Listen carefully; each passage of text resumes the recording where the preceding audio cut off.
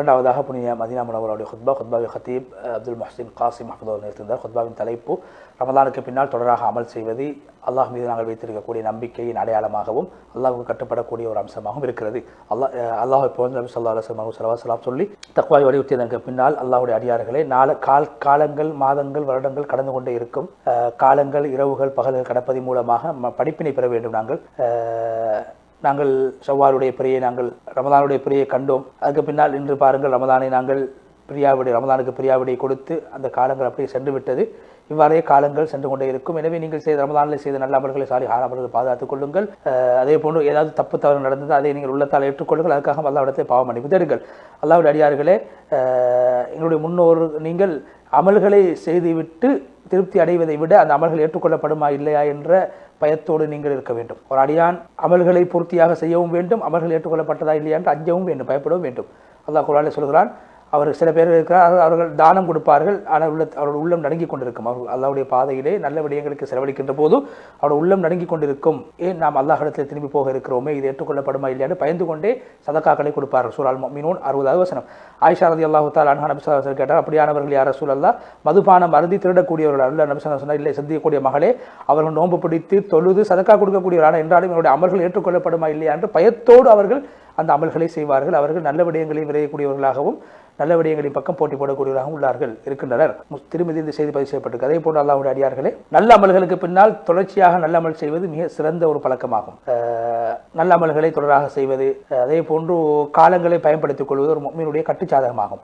எனவே நல்ல அமல்கள் செய்வதற்கென்று குறிப்பிட்ட காலங்கள் கிடையாது. ஒரு அடியான் எப்போதும் அல்லாஹ்வுக்கு கட்டுப்பட்டவனாக வாழ வேண்டும். அல்லாஹ் குர்ஆனில் சொல்கிறான், சூரா அல் ஹஜ்ர் 99வது வசனம், உங்களுக்கு மரணம் ஏற்படுகின்ற வரைக்கும் நீங்கள் அல்லாஹ்வை வணங்க வேண்டும்.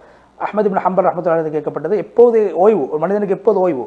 சொன்னார்கள், சொர்க்கத்திலே முதலாவது காலை வைக்கின்ற போதுதான் ஒரு மனிதனுக்கு ஓய்வு கிடைக்கும். அது வரைக்கும் உழைத்துக் கொண்டே இருக்க வேண்டும், அமல்கள் செய்து கொண்டே இருக்க வேண்டும். நல்ல விடயங்களிலே தொடராக இருப்பது அல்லாஹ்வுடைய அடியார்களுடைய சிஃபா தன்மைகள் ஒன்றாகும். அல்லாஹ் குர்ஆனில் சொல்கிறான், ஈமான் கொண்டு எங்களை அல்லாஹ்வை ரப் என்று சொல்லக்கூடியவர்கள் அவர்கள் சொல்லக்கூடிய விடயத்தில் உறுதியாக இருப்பார்கள், தொடராக இருப்பார்கள். அவர் அந்த நேரத்தில் அவர்கள் மரணிக்கக்கூடிய நேரத்தில் நல்ல ரஹ்மத்துடைய மலக்குமார்கள் வந்து, நீங்கள் பயப்பட வேண்டாம், கவலைப்பட வேண்டாம், அஞ்ச வேண்டாம், உங்களுக்கு வாக்களிக்கப்பட்ட சுவர்க்கம் கிடைக்கும் என்பதை கொண்டு நீங்கள் நன்மாராயம் பெற்றுக் கொள்ளுங்கள் என்று சொல்வார். சூரா ஃபுஸ்ஸிலத் 30வது வசனம்.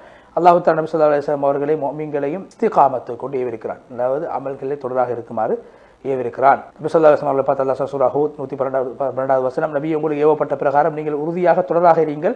அதே போன்று உங்களோடு சேர்ந்து யாரெல்லாம் தௌபா செய்கிறார்களோ அவர்கள் எல்லோரும் அவர்கள் செய்கின்ற விடயத்தில் உறுதியாக இருக்க வேண்டும். அமல்கள் இஸ்திகாமத்தால் தொடராக இருப்பது பரக்கத்துகளை பெறுவதற்கு காரணம். அல்லாஹ் குர்ஆனில் சொல்கிறான், அவர்கள் செய்யக்கூடிய அமல்கள் அவர்கள் தொடராக செய்தால் நாங்கள் வானத்திலிருந்து அவர்களுக்கு தேவையான மழையை பொழிய வைப்போம். சூரா அல் ஜின் 16வது வசனம். ரமலானிலே யார் நல்ல அமல்களை செய்தார்களோ அவர்கள் ரமலானுக்கு பின்னால் தொடர வேண்டும். அல்லாஹ் தஆலா சொன்னார்கள், அமல்களை சிறந்தது அது குறைவாக இருந்தாலும் சரி தொடராக செய்யப்படக்கூடிய அமலாகும். புகாரி முஸ்லிம் இந்த செய்தி பதிவு செய்யப்பட்டிருக்கிறது. அதே போன்று சாலிஹான அமல் ரமலானிலே நாங்கள் செய்தது அது என்னுடைய வாழ்க்கையில் தொடராக செய்யப்பட வேண்டிய அமலாகும். ரமலானுக்கு பின்னால் 6 நோன்புகளை நோட்பது ஒரு வருடம் நோன்பு நோட்பதற்கு சமன். அதே போன்று திங்கள் வியாழன் அதே போல ஒவ்வொரு மாதமும் 13, 14, 15வது தினங்களிலே நோன்பு நோட்பது வலியுறுத்தப்பட்ட விடயமாகும். குர்ஆன் ஓதுவது எப்போதும் ஓத வேண்டும் என்று வலியுறுத்தப்பட்டிருக்கிறது.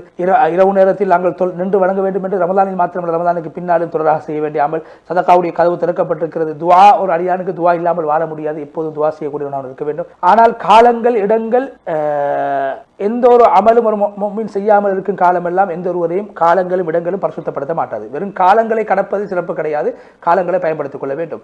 வெற்றியின் அடிப்படை நல்ல அமல்களை செய்து அதிகமான காலம் வாழ்வது வெற்றியின் அடையாளமாக இருக்கிறது. ஒரு முஸ்லிம் நல்ல அமல்களை தொடராக செய்வது குறிப்பிட்ட காலத்தில் மாத்திரம் இல்லாமல், குறிப்பிட்ட இடத்தில் மாத்திரம் இல்லாமல், அது அவருடைய அமல் ஏற்றுக்கொள்ளப்படும் என்பதற்கான பிரதான அடையாளமாகும். எனவே நல்ல அமல்களை செய்து உங்களை நீங்கள் பரிசுத்தப்படுத்திக் கொள்ளுங்கள். இஹ்லாஸோடு அமல் செய்து உங்களை பரிசுத்தப்படுத்திக் கொள்ளுங்கள். அல்லாஹ்வுடைய மக்ஃபிரத்தை ஆசைப்பட்டவர்களாக நீங்கள் உங்களை பரிசுத்தப்படுத்திக் கொள்ளுங்கள். அல்லாஹ்வுடைய ரஹ்மத்தை கொண்டு நீங்கள் சந்தோஷம் அடையுங்கள் என்று சொல்லி சிறிய துஆவை செய்து ஹுத்பாவுடைய முதல் பகுதியை விட்டு விடைபெற்று சென்று ஹுத்பாவுடைய 2வது பகுதியில் அல்லாஹ்வை புகழ்ந்து நபி ஸல்லல்லாஹு அலைஹி வஸல்லம் ஸலவாத்து ஸலாம் சொல்லி பிறகு அல்லாஹ்வுடைய அடியார் முஸ்லிம்களே, பெருநாளுடைய தினத்தில் முஸ்லிம்களுடைய சந்தோஷங்கள் வெளிப்படும். அல்லாஹ்வுடைய நிஅமத்துகள், அருட்கொடைகள், அங்கு அதனுடைய வெளிப்பாடுகள் வெளிப்படக்கூடிய தினமாக பெருநாளுடைய தினம் அமைந்திருக்கிறது.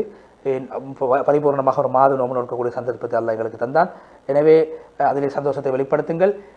அல்லாஹ்வுடைய பாக்கியங்கள், நிஅமத்துக்களை கொண்டு சந்தோஷம் அடைவது அல்லாஹ்வை கொண்டு சந்தோஷம் அடைவதற்கு சமமானதாகும். அதே போன்று மற்றவர்களை சந்தோஷப்படுத்துங்கள். உறவினர்களுக்கு உங்களுடைய குடும்பங்களுக்கு நீங்கள் அல்லாஹ் அனுமதித்த பிரகாரம் நல்ல வழிகளில் நீங்கள் செலவழித்து அவர்களோடு தாராளமான மனதோடு நீங்கள் நடந்து கொள்ளுங்கள். உங்களுடைய சந்தோஷத்தை தக்குவா கலந்த சந்தோஷமாக அல்லாஹ் பார்க்கிறான் என்ற உணர்வோடு நீங்கள் கழிக்க வேண்டும். உங்களுக்கு வெற்றி கிடைக்கும், மறுமையிலும் வெற்றி கிடைக்கும், உலகத்திலும் வெற்றி கிடைக்கும். எந்த நாளில் ஒரு அடியான் அல்லாஹ்வுக்கு மாற்றம் செய்யவில்லையோ அந்த மனிதனுக்கு அது பெருநாளாக கருதப்படும். எந்த நாளில் ஒரு முஃமின் அல்லாஹ்வுக்கு கட்டுப்பட்டு வாழ்கிறாரோ அது அவருக்குரிய பெருநாளாக கருதப்படும் என்று சொல்லி சுருக்கமாக நபி ஸல்லல்லாஹு அலைஹி வஸல்லம் சொல்லுங்கள் என்று சொல்லி நீண்ட ஒரு துஆவை செய்து ஹத்தீப் அப்துல் முஹ்சின் காசிம் ஹஃபிஸஹுல்லாஹ் ஹுத்பாவை விட்டு விடைபெற்று சென்றார். அந்த அடிப்படையிலே 2 ஹுத்பாக்களும் 3வது மஸ்ஜித் அக்ஸாவுடைய ஹுத்பா இடம்பெறவில்லை என்ற காரணத்தை கவலையான செய்தியை நாங்கள் நேர்களுக்கு தெரிவித்து 2 ஹுத்பாக்களும் பெருநாளுடைய தினத்தை நாங்கள் எவ்வாறு கழிக்க வேண்டும், பெருநாளுடைய தினத்துக்கு பின்னால் நாங்கள் வாழ இருக்கக்கூடிய அடுத்த ரமதான் வரைக்கும் நாங்கள் உலகத்தில் இன்ஷா அல்லாஹ் வாழ இருக்கிறோம்.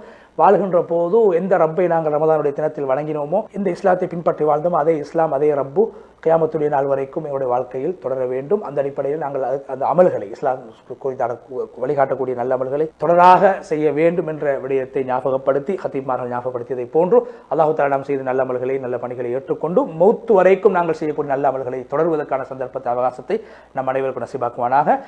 நிகழ்ச்சி பார்த்துக் கொண்டிருக்கக்கூடிய நேயர்களாக உங்களுக்கு நன்றியை தெரிவித்து நிகழ்ச்சி தயாரிப்பாளர் சகோதரர் ரிஸ்வான் அவர்களுக்கும் எங்களுடைய நன்றியை தெரிவித்து துஆ செய்து விடைபெற்று செல்கிறோம். இன்னும் ஒரு மனாது இஸ்லாம் நிகழ்ச்சியின் ஊடாக உங்களை மீண்டும் சந்திப்போம். அஸ்ஸலாமு அலைக்கும் வரஹ்மத்துல்லாஹி வபரகாத்துஹு.